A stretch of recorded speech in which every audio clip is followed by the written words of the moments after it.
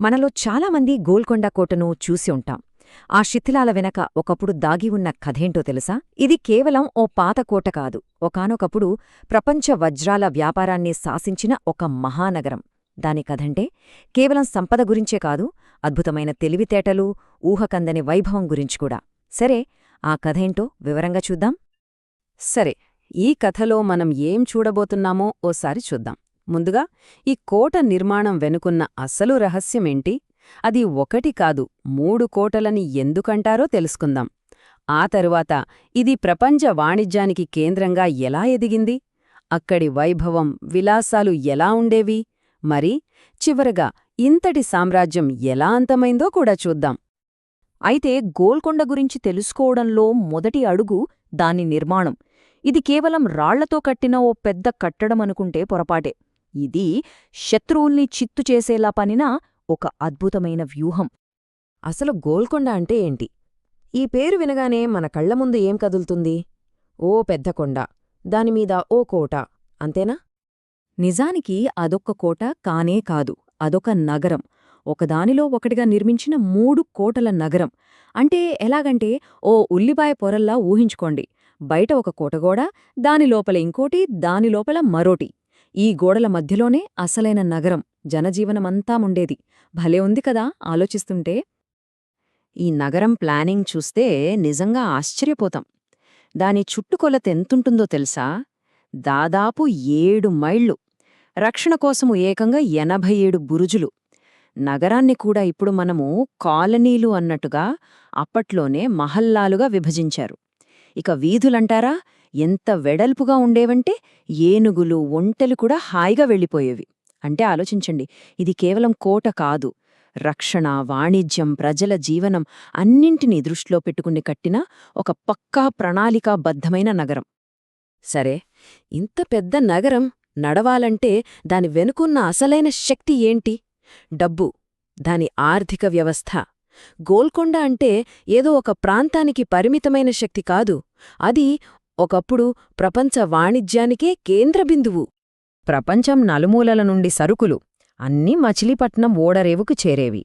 అక్కడ్నుంచి నేరుగా గోల్కొండ మార్కెట్కి. టర్కీ, అరేబియా, పర్షియా, ఎక్కడి దేశాల వ్యాపారులు ఇక్కడికొచ్చి వ్యాపారం చేసేవాళ్లు.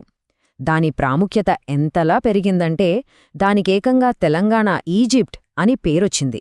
సంపదలో, వాణిజ్యంలో దానికి అంతటి పేరుండేది. ఈ పట్టిక చూడండి, భలే ఆసక్తిగా ఉంటుంది. ఇది మనల్ని నేరుగా 17వ శతాబ్దపు గోల్కొండ మార్కెట్కి తీసుకెళ్తుంది. ఇక్కడ కొన్ని వస్తువుల అసలు ధరలున్నాయి చూడండి. ఒక పుట్టి బియ్యం అంటే దాదాపు కొన్ని 100 కిలోలనుకోండి, దాని ధర కేవలం 1.5 బంగారు హన్లు. అదే ఒక పుట్టి మిరియాల ధర ఏకంగా 25 హన్లు. అంటే సుగంధ ద్రవ్యాలు, చైనా నుండి వచ్చే పట్టుదారం లాంటివి ఎంత విలువైనవో అర్థమవుతోంది కదా. మార్కెట్ ఎంత సజీవంగా, చురుక్కుగా ఉండేదో చెప్పడానికి ఇంతకన్నా నిదర్శనమేం కావాలి? ఇక్కడే ఉంది అసలు కథంతా. గోల్కొండ సంపద వెనుక ఉన్న పెద్ద రహస్యం వజ్రాలు.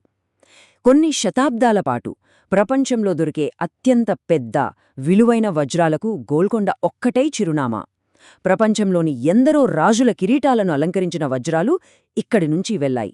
ఈ ఒక్క కారణం చాలు ఆ నగరానికి ఊహకందని సంపద వచ్చి చేరింది. మరి ఇంత సంపదంతా ఏమైంది? వాళ్ళు ఏం చేశారు దాంతో? కేవలం ఖజానాలో దాచుకోలేదు, ఆ డబ్బుతో ఒక అద్భుతమైన నగరాన్ని నిర్మించారు. సాంకేతిక అద్భుతాలతో, కళలతో, విజ్ఞానంతో కళకళలాడే ఒక సజీవ నగరాన్ని సృష్టించారు. ఆ కాలంలో గోల్కొండ ఇంజనీర్లు చేసిన ఈ అద్భుతం గురించి తప్పకుండా చెప్పుకోవాలి. వాళ్ళు ఏం చేశారంటే, దుర్గం చెరువు నుండి నీటిని తీసుకుని భూగర్భంలో మట్టి పైపుల ద్వారా కిలోమీటర్ల దూరం ప్రయాణింపజేసి నగరం మధ్యలో ఉన్న కటోరా హౌస్ అనే భారీ జలాశయానికి చేర్చేవారు. అక్కడి నుండి రాజభవనాలకు, ఫౌంటెన్లకు, అందమైన తోటలకు నీళ్లు. ఆలోచించండి, 100 ఏళ్ల క్రితమే ఎంత గొప్ప ఇంజనీరింగ్ నైపుణ్యం! ఒక్కసారి ఊహించుకుందాం, మనం గోల్కొండ వీధుల్లో నడుస్తున్నట్టు. ఒకవైపు చూస్తే అద్భుతమైన రాజభవనాలు, మరోవైపు మసీదులు, దేవాలయాలు. అంతేనా, ప్రజల కోసం స్నానశాలలు, పిల్లల కోసం పాఠశాలలు. ఇలా ఒక నగరానికి కావలసినవన్నీ ఉన్నాయి. అన్నిటికన్నా ఆశ్చర్యకరమైన విషయమేంటో తెలుసా? వాళ్ళు రాజభవనాల పైకప్పుల మీద కూడా తోటల్ని పెంచారు. అంటే నగరం నడిబొడ్డున ఆకాశంలో ఓ అందమైన ఉద్యానవనమన్మాట. గోల్కొండ అంటే కేవలం వ్యాపారమే కాదు, అదే కలలకు కూడా పెద్దపీట వేసింది. ఇబ్రహీం కుతుబ్ షా లాంటి పాలకులు విజయనగరంలో పెరగడం వల్ల తెలుగు భాష మీద ఎంతో ప్రేమ పెంచుకున్నారు. గొప్ప గొప్ప తెలుగు కవులను ఆదరించారు, పోషించారు. అందుకే గోల్కొండ వీధుల్లో వజ్రాల బేరాలతో పాటు చక్కటి తెలుగు కవిత్వం కూడా వినిపించేదే. నగరంలో రోజువారీ జీవితం కూడా ఓ వేడుకలాగే ఉండేదట. ఉదాహరణకి ఆఫ్రికా నుండి తెచ్చిన ఈ భారీ బావోబాబ్ చెట్టు, దాని చుట్టుకొలత ఎంతంటే దాని తొర్రలోనే 4 మనుషులు కూర్చోవచ్చట. మరోవైపు వీధుల్లో చూస్తే గొప్ప గొప్ప నవాబులు ఏనుగుల మీద వెండితో చేసిన పల్లకీలలో ఊరేగుతూ వెళ్లేవారు. వాళ్ల సంపద, వైభవం ఎలా ఉండేదో చెప్పడానికి ఈ ఒక్క దృశ్యం చాలు. అయితే ఇంతటి వైభవం, ఇంతటి కీర్తి శాశ్వతంగా నిలవలేదు. ఈ స్వర్ణయుగానికి కూడా ముగింపు పలికే సమయం వచ్చింది. వరుసగా జరిగిన కొన్ని వినాశకరమైన సంఘటనలు ఆ మహానగరం పతనానికి దారితీశాయి. పతనం ఎంత వేగంగా జరిగిందో చూడండి. మొదట 1589లో ఒక భయంకరమైన ప్లేగు వ్యాధి వచ్చి నగరాన్ని అతలాకుతలం చేసింది. ఆ దెబ్బతో కోలుకోకముందే రాజధానిని కొత్తగా కట్టిన హైదరాబాద్కి మార్చడం మొదలుపెట్టారు.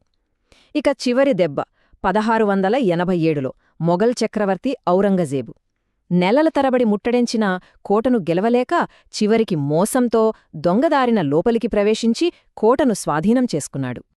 అంతే, కేవలం ఒక్క మోసంతో దాదాపు 250 ఏళ్ల వైభవం ఒక్కసారిగా అంతమైపోయింది.